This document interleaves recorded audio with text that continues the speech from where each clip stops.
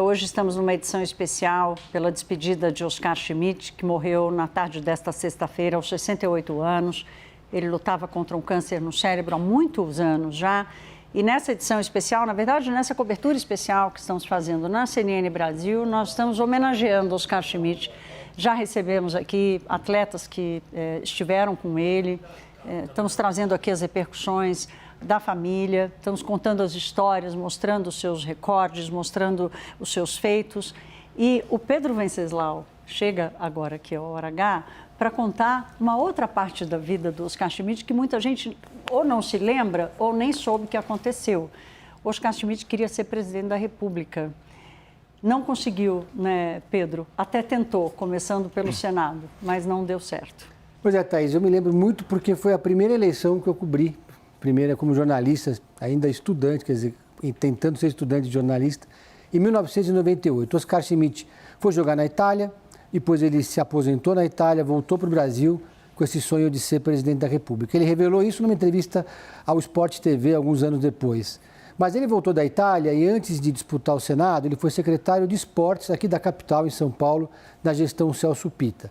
Acabou não concluindo a gestão porque se desincompatibilizou para disputar o Senado naquele ano. Disputou o Senado, foi candidato, teve uma votação muito expressiva, 5.700.000 votos, mas perdeu a eleição para Eduardo Suplicy, que acabou sendo eleito, então, senador. Depois disso, se desapontou com a política, acabou não tentando outros cargos e acabou, então, deixando para lá esse projeto que ele teve. Mas nessa entrevista que ele concedeu, na verdade foi uma entrevista que ele concedeu há alguns anos na Sport TV, quando perguntaram para ele por que ele tinha, né, desejado, entrado na política, feito uma disputa, né, naquele momento.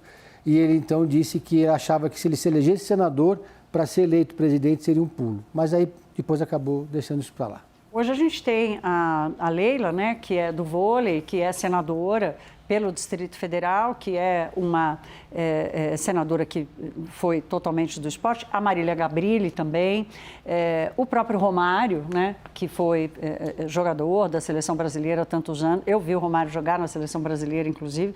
Posso contar mais essas coisas que eu vou ficando velha. Agora, Pedro, falando um pouco dessa mistura da política com o esporte, você percebe se esse movimento ainda tem força ou ele é muito pontual? Olha, naquele momento, para o Oscar, ele era um grande ídolo, né? Ele tinha disputado, acho que 5 Olimpíadas. Essa história dele ter deixado de jogar na NBA para poder jogar na seleção, porque tinha uma regra, né, que não permitia que quem jogasse jogos oficiais pela NBA, aquilo foi muito forte, né, para o brasileiro em geral.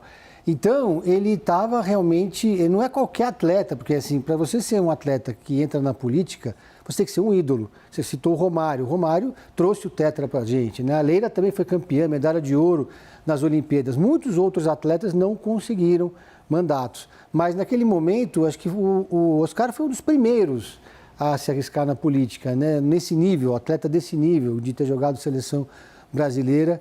E acabou não conseguindo, mas acho que se desapontou um pouco na disputa pelo Senado, porque toda eleição é muito difícil, né, Thaís? É difícil ser candidato.